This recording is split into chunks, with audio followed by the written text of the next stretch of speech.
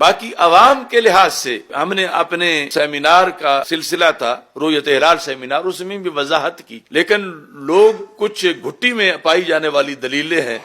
ان سے باز نہیں آتے، وہ ہمیشہ سامنے رکھتے ہیں۔ مثلا چاند جو ہے وہ 29 کو نظر نہ آئے اور 30 کو جب نظر آئے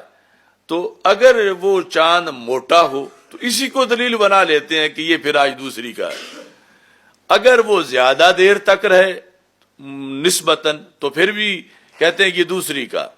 اگر وہ زیادہ روشن ہو تو پھر بھی کہتے ہیں دوسری کا، اگر وہ کچھ اونچا ہو تو پھر بھی کہتے ہیں دوسری کا۔ حالانکہ سائنس میں بھی، علم فلکیات میں بھی اور شریعت میں بھی، تینوں میں یہ چاند کا موٹا ہونا، اونچا ہونا، زیادہ روشن ہونا، کچھ دیر زیادہ رہنا،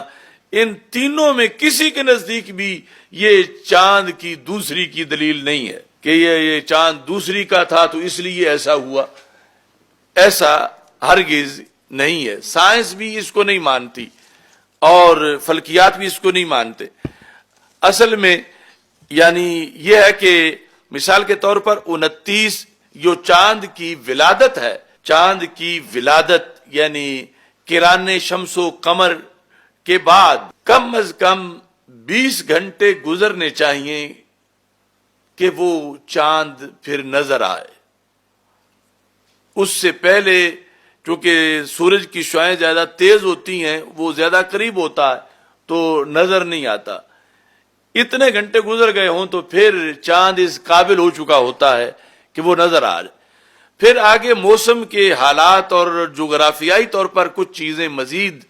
اس پہ اثر انداز ہوتی ہیں، جس کی وجہ سے یہ 20 گھنٹے کا جو وقفہ ہے یہ 30 تک بھی جا سکتا ہے کہ تب چاند نظر آئے۔ اب مثال کے طور پر 29 کی تاریخ تھی چاند نظر آنے کی، اور چاند کی ولادت کے بعد 20 گھنٹے گزر چکے تھے مگر چاند نظر نہیں آیا۔ اب چاند جس وقت نظر نہیں آیا تو اگلی شام تک تو اور 24 گھنٹے چاند کو مل گئے، اب چاند بن گیا 44 گھنٹے کا، 20 گھنٹے پہلے تھے اور 24 گھنٹے اور مل گئے۔ پہلے جس وقت 29 کو پورے ملک میں مثال کے طور پر جب چاند نظر نہیں آیا تھا تو اس کا یہ مطلب نہیں تھا کہ چاند ہے ہی نہیں کہیں، چاند اس وقت بھی تھا لیکن نظر نہیں آیا، اس وقت تھا ابھی 20 گھنٹے کا، اگلے دن چاند بن گیا 44 گھنٹے کا اور اب چاند نظر آ گیا ہے، پہلے کسی کو نظر نہیں آیا۔ اب جس وقت نظر آیا ہے تو یہ جو موٹا ہے، یہ جو زیادہ دیر تک رہے گا، یہ جو زیادہ روشن ہے، یہ جو کچھ اونچا ہے زیادہ، اس میں دخل یہ مزید جو اس کو 24 گھنٹے مل گئے اس کا ہے۔ وہ یعنی چاند شمار پہلی کا ہوگا کہ یکم ہے، یہی چاند اگر مثال کے طور پر اس کو 22 گھنٹے ہوئے ہوتے ولادت کے بعد اور مغرب کا ٹائم آ جاتا اور چاند نظر آ جاتا تو اب یہ چاند ہونا تھا یکم، نظر آ گیا ہے، لیکن اس نے باریک ہونا تھا چونکہ ہے ہی سارا 22 گھنٹوں، تو کبھی نظر آتا ہے 22 گھنٹے کا چاند، کبھی نظر آتا ہے 44 گھنٹے کا چاند۔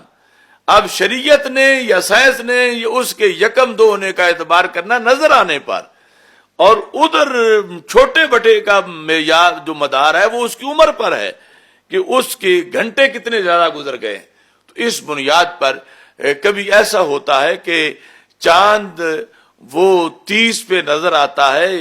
ہوتا یکم کا ہی ہے، لیکن چونکہ اس کی عمر زیادہ ہو چکی ہے اس بنیاد پر وہ موٹا ہے، اس بنیاد پر وہ زیادہ روشن ہے، اس بنیاد پر زیادہ اونچا ہے یا زیادہ دیر موجود رہا ہے۔ تو یہ جو چاند کی جسامت ہے اس کا دخل پہلی دوسری کے ساتھ کوئی نہیں، اس کا دخل اس کی عمر کے لحاظ سے ہے کہ ولادت سے گھنٹے کتنے گزر گئے ہیں۔ پہلی دوسری کا جو تعلق ہے وہ دیکھنے کے لحاظ سے،